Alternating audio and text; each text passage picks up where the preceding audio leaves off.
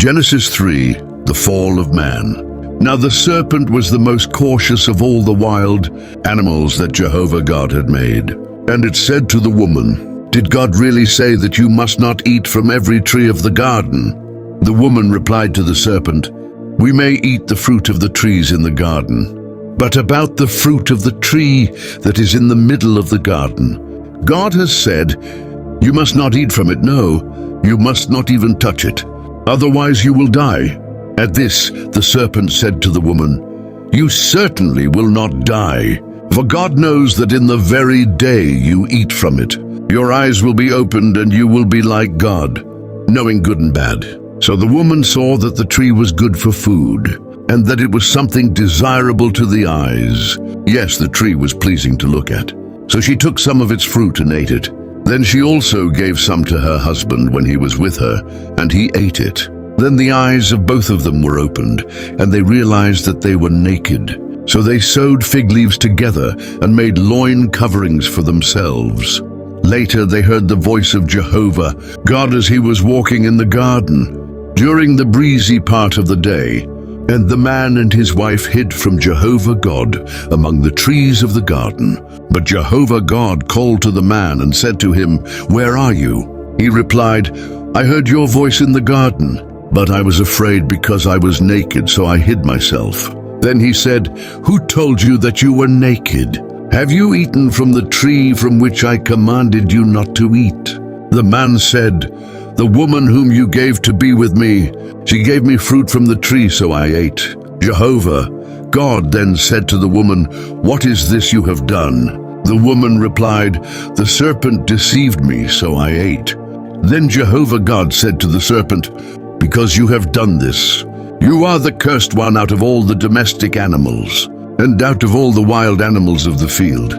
On your belly you will go, and you will eat dust all the days of your life. And I will put enmity between you and the woman, and between your offspring and her offspring. He will crush your head, and you will strike him in the heel."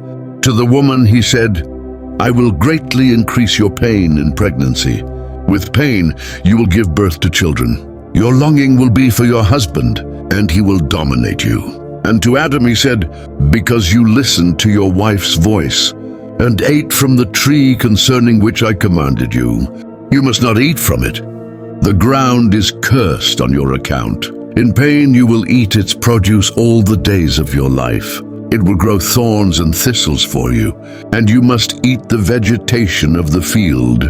By the sweat of your face you will eat bread, until you return to the ground, for out of it you were taken. For dust you are, and to dust you will return." Adam named his wife Eve, because she was to become the mother of everyone living.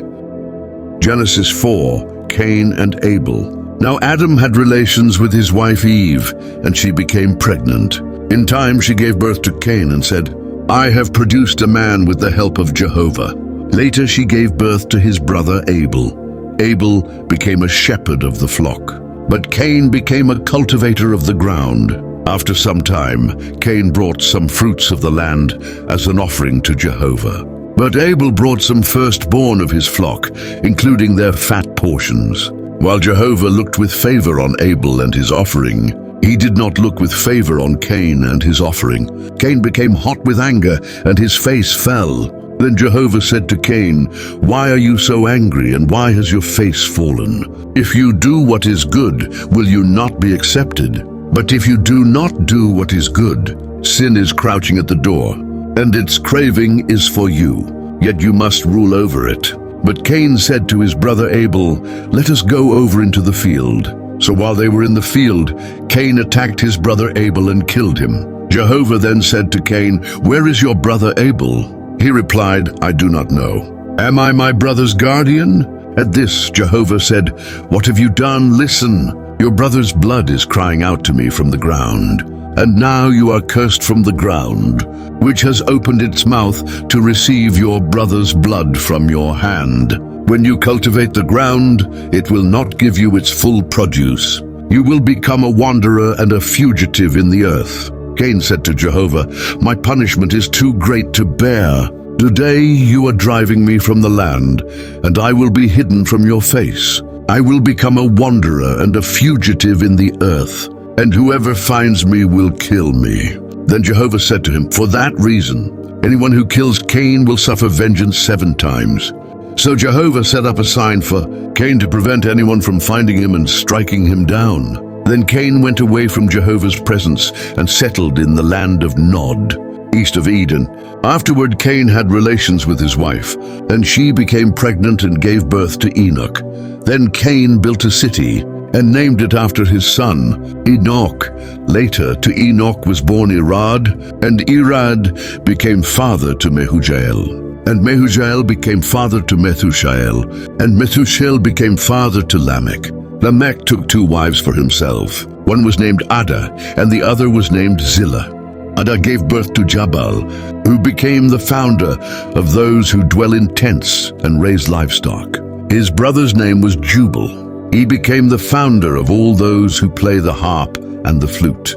Zillah also gave birth to Tubal-Cain, who forged every tool of copper and iron. Tubal-Cain's sister was Naamah. Then Lamech said to his wives, "Ada and Zillah, hear my voice. Wives of Lamech, listen to my speech. For I have killed a man for wounding me, yes, a young man for striking me. If Cain is to be avenged 7 times, then Lamech 77 times.